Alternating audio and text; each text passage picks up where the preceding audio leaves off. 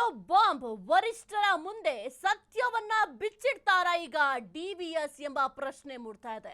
ಇವತ್ತು ದೆಹಲಿಗೆ ತೆರಳಿರುವ ಮಾಜಿ ಸಿಎಂ ಸದಾನಂದ ಗೌಡ್ರು ಆಡಿಯೋ ಬಾಂಬ್ ವರಿಷ್ಠರ ಮುಂದೆ ಸತ್ಯವನ್ನ ಬಿಚ್ಚಿಡ್ತಾರ ಡಿವಿಎಸ್. ಇಂದು ದೆಹಲಿಗೆ ತೆರಳಲಿರುವ ಮಾಜಿ ಸಿಎಂ ಸದಾನಂದ ಗೌಡ್ರು ಹೈಕಮಾಂಡ್ ನಾಯಕರ ಭೇಟಿಗೆ ಸದಾನಂದ ಗೌಡ್ರೀಗ ಮುಂದಾಗಿದ್ದಾರೆ. ಬಹಳ ಸಂಚಲನವನ್ನ ಸೃಷ್ಟಿ ಮಾಡಿತ್ತು ಈ ಒಂದು ಆಡಿಯೋ ಬಗ್ಗೆ ವರಿಷ್ಠರಿಗೆ ಸ್ಪಷ್ಟೀಕರಣ ನೀಡಲಿರುವ ಡಿವಿಎಸ್.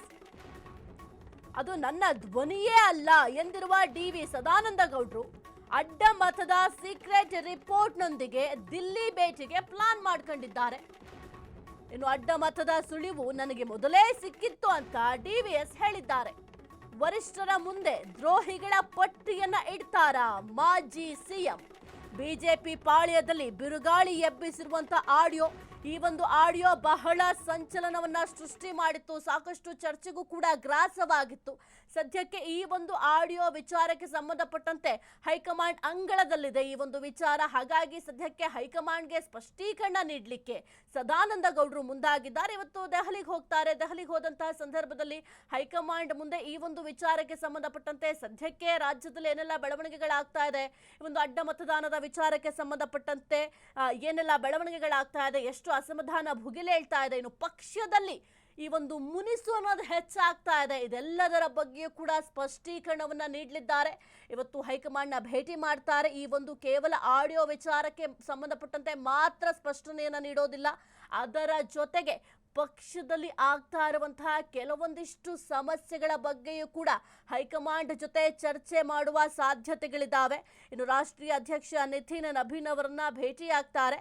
ಇನ್ನು ಭೇಟಿಯಾಗಿ ಒಂದು ಆಡಿಯೋ ಬಗ್ಗೆ ಸ್ಪಷ್ಟೀಕರಣ ಕೊಡ್ತಾರೆ. ಅದು ನನ್ನ ಧ್ವನಿಯೇ ಅಲ್ಲ ಅಂತ ಆಲ್ರೆಡಿ ಸದಾನಂದ ಗೌಡ್ರು ಹೇಳಿದ್ದಾರೆ. ಇನ್ನು ಈ ಒಂದು ಅಡ್ಡ ಮತದ ಸೀಕ್ರೆಟ್ ರಿಪೋರ್ಟ್ನೊಂದಿಗೆ ಭೇಟಿ ಮಾಡಲಿಕ್ಕೆ ಪ್ಲಾನ್ ಮಾಡ್ಕೊಂಡಿದ್ದಾರೆ.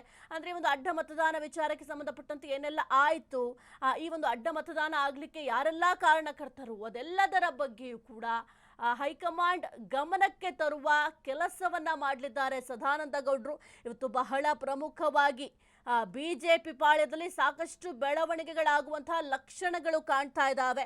ಇವತ್ತು ದೆಹಲಿಗೆ ಮಾಜಿ ಸಿಎಂ ಸದಾನಂದ ಗೌಡ್ರು ಭೇಟಿಯನ್ನ ಕೊಟ್ಟು ಹೈಕಮಾಂಡ್ ನಾಯಕರನ್ನ ಭೇಟಿ ಮಾಡ್ತಾರೆ. ಅದರಲ್ಲೂ ಕೂಡ ಬಹಳ ಪ್ರಮುಖವಾಗಿ ರಾಷ್ಟ್ರೀಯ ಅಧ್ಯಕ್ಷ ನಿತಿನ್ ನಬೀನ್ ಅವರನ್ನ ಭೇಟಿಯಾಗಿ ಏನೆಲ್ಲ ಆಗ್ತಾ ಇದೆ ಪಕ್ಷದಲ್ಲಿ ಅದೆಲ್ಲದರ ಬಗ್ಗೆಯೂ ಕೂಡ ಕ್ಲಾರಿಟಿಯನ್ನ ಕೊಡ್ತಾರೆ. ಅದೆಲ್ಲದಕ್ಕೂ ಮೊದಲು ಏನೇ ಒಂದು ಆಡಿಯೋ ಬಾಂಬ್ ಹೊರಬಿದ್ದಿತ್ತು, ಬಹಳ ಸಂಚಲನಕ್ಕೆ ಕಾರಣ ಆಗಿತ್ತು. ಕಾಂಗ್ರೆಸ್ ಪಾಳ್ಯದವರು ಕೂಡ ಬಹಳ ಟೀಕೆ ಟಿಪ್ಪಣಿಗಳನ್ನ ಮಾಡ್ತಾ ಇದ್ರು. ನಿಮ್ಮ ಪಕ್ಷದಲ್ಲಿ ಯಾವುದೂ ಕೂಡ ಸರಿ ಇಲ್ಲ ಅಂತ ಬಹಳ ಟೀಕೆಯನ್ನ ಮಾಡ್ತಾ ಇದ್ರು. ಹಾಗಾಗಿ ಈ ಒಂದು ವಿಚಾರ ಆಲ್ರೆಡಿ ಹೈಕಮಾಂಡ್ ಅಂಗಳಕ್ಕೆ ತಲುಪಿರೋದ್ರಿಂದ ಹೈಕಮಾಂಡ್ನ ಭೇಟಿ ಮಾಡಿ ಈ ಒಂದು ವಿಚಾರಕ್ಕೆ ಸಂಬಂಧಪಟ್ಟಂತೆ ಸ್ಪಷ್ಟೀಕರಣವನ್ನ ಕೊಡ್ತಾರೆ. ನೋಡ್ಬೇಕಾಗತ್ತೆ ಎಷ್ಟೊತ್ತಿಗೆ ಹೋಗಿ ಹೈಕಮಾಂಡ್ನ ಭೇಟಿ ಮಾಡ್ತಾರೆ ಅನ್ನೋದು ಕೂಡ ಬಹಳ ಕುತೂಹಲಕ್ಕೆ ಕಾರಣ ಆಗಿದೆ. ಜೊತೆಗೆ ಏನೆಲ್ಲ ಮಾತುಕತೆಯನ್ನ ಮಾಡ್ತಾರೆ ಅನ್ನೋದು ಕೂಡ ಕುತೂಹಲಕ್ಕೆ ಕಾರಣ ಆಗಿದೆ. ಕೇವಲ ಒಂದು ಆಡಿಯೋ ವಿಚಾರಕ್ಕೆ ಸಂಬಂಧಪಟ್ಟಂತೆ ಮಾತ್ರ ಮಾತುಕತೆಯನ್ನ ನಡೆಸ್ತಾರಾ ಅಥವಾ ಅದನ್ನ ಹೊರತುಪಡಿಸಿ ಇನ್ನೂ ಕೆಲವೊಂದಿಷ್ಟು ಸಮಸ್ಯೆಗಳಿದಾವೆ ಪಕ್ಷದಲ್ಲಿ, ಅದೆಲ್ಲದರ ಬಗ್ಗೆಯೂ ಕೂಡ ಮಾತುಕತೆಯನ್ನ ಮಾಡ್ತಾರಾ ಎಂಬ ಪ್ರಶ್ನೆ ಕೂಡ ಇದೆ.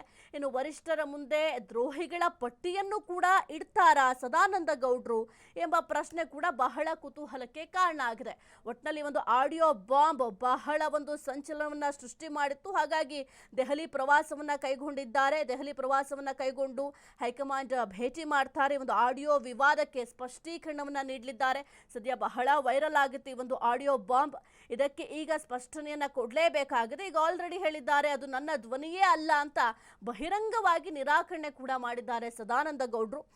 ಸದ್ಯಕ್ಕೆ ಇದೇ ವಾದವನ್ನ ಹೈಕಮಾಂಡ್ ಮುಂದೆಯೂ ಕೂಡ ಇಡುವ ಸಾಧ್ಯತೆಗಳಿದ್ದಾವೆ.